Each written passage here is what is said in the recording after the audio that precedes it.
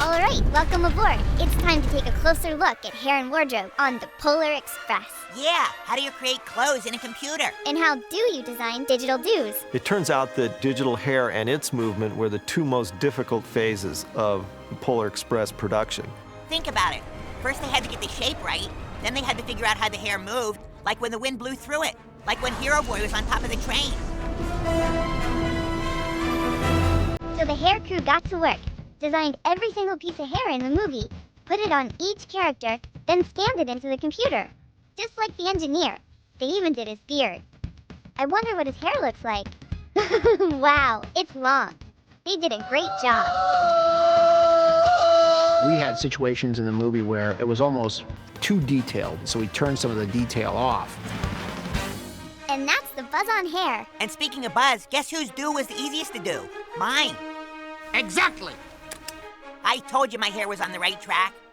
All ahead, slow. All right, from digital doos to creating costumes in a computer. The creation of wardrobe, it was all done kind of in the foundation of live-action cinema brought into the computer.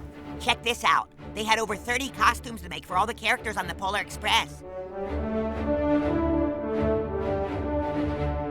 Joanna Johnston put a costume on every character one time, one day, and then they did full makeup, like when we did Tom as Santa Claus, full hair, full beard, makeup, the whole thing, and he wore it for 15 minutes. We cyber scanned him, and that was it.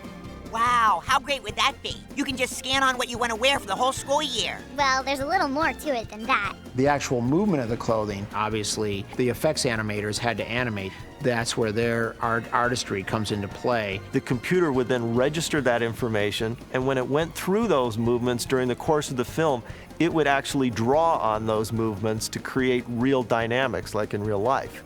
From designing digital doos and creating cool clothes to visualizing the North Pole. The makers of this movie have amazing imaginations. That's right, they do.